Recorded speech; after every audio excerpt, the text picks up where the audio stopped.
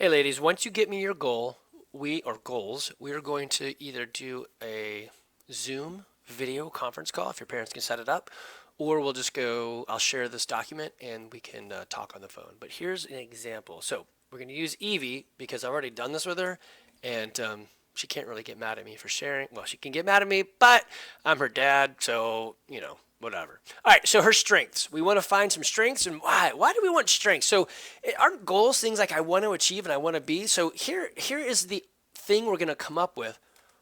What is our goal for our journey, right? So why? Why do we care about this? We want to play soccer and we want to have fun. I pretty much know Evie's goal is to play on the high school team and middle school team and be awesome, right? So show off to her friends and be a player that can be counted on and get lots of game time. But that's pretty much it for all of my kids. They don't really care to play in college. They just want to be really good later on. And to be good later on, you start off by being good right now. Little time in the ball, right? So that's probably her big goal. I probably need to ask her that, but there we go. So how do we do that? Well, one is you find your strengths and you double down on them, and then you find your weaknesses and you bring them up. So strengths for her, footwork and game vision. So if you notice, um, well, so she's been doing fast footwork since like probably she was 4 because her older siblings did it, and we just put her in a jersey and had her out there. And the coaches back then were totally cool with younger players who were just getting that whole program working. So she's been doing fast footwork for a long time. So she's just been touching the ball a lot. Game vision, seeing her older brothers play, seeing all these other games, her older sister. She understands the pressure cover balance, and she knows that she should cover back to her and so forth. So I mean, that's good for her. Is it?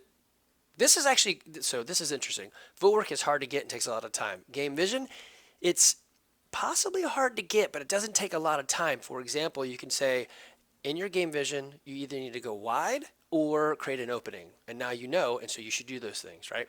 So intelligence in the game is usually like that. You get it and you can do it. It doesn't take months of footwork to get better. Weaknesses. You always want to bring up your lowest skill set so that you can be overall better for the team, right?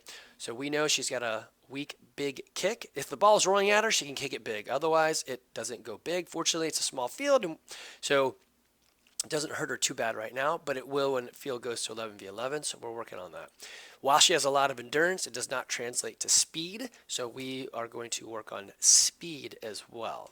So I could also probably put in here speed of play, touch less. So this one we've already done and she's worked on, so I'll use that because it's an easy one that's been solved through knowledge rather than loads and loads of hours of practice. Okay, so we have our strengths, we have our weaknesses. Then what we're going to do is we're going to take these strengths and weaknesses and we're going to figure out what we do to have SMART goals. And let me pause for a sec and find this. So they define these a little bit different in everyone you look at, but the idea is the same. Specific, measurable, and time-based. Attainable and relevant usually get flipped around a little bit, but attainable, so you don't want something like, I want to go to the moon. I mean, you're just not going to kick the ball to the moon, right? And relevant, as a goalie, I want to score 5 times. Like, well, I mean, that doesn't really make much sense, right? So specific and measurable and time-based are the key, and these are usually a little bit more common sense-based, but we're going to utilize that SMART to set up these goals. So, oops, there we go. So the first thing I want you guys to do is to come up with these strengths and weaknesses, and then when we talk, we will come up with SMART goals. I'm going to pause this and write a few and then just talk about them. Okay, so a SMART goal for Evie for fast footwork, or for footwork, not fast footwork. So specific, right? If you remember that, specific, I want to double my juggles from 12 to 24 by 331. So can she do that? So specific and measurable, we can totally do it. Juggles, measurable, we can totally do that. And we look back at these pictures. Attainable, relevant, and time-based. Attainable, yeah, if she did 10 minutes a day, she probably, I mean, it's not that hard to get here if you actually put the time in. And with everyone off of school and it being sort of, gray Z with everything, then I think yes. Attainable, hold on, what was the other one? Relevant. Yeah, totally relevant. The translation between juggling, no one cares if you can juggle on the field. No one ever juggles on the soccer field. But what it does is allows your feet to instinctually know where to go and allows them to be more creative. Think about this. If you put mittens on and then tried to do a Rubik's Cube, it's not really easy, right? So your feet are like having mittens on because they're not very smart. They just walk. You don't intentionally do stuff with them, right? Or think about putting a pencil in your toes and trying to draw. It's just, they don't do that. So by intentionally putting the ball on your feet each day, you increase, or in this case, decrease the gloves to maybe, I'm sorry, the mittens to probably gloves, and then to probably, dish gloves, and then to just your feet. So you get more ability in your feet. So juggling is super relevant for this. Oh, you know what? I should have put up here. So for her goal, she really loves midfield to play. So let me pause and write this. So to play midfield, it's a primary position. Of course, some of your goals are going to limit you or at least allow you to know what you need to do to chase it down. So if she cared to play on the elite team, she'd have to get through several midfielders that have already been doing this stuff better than her.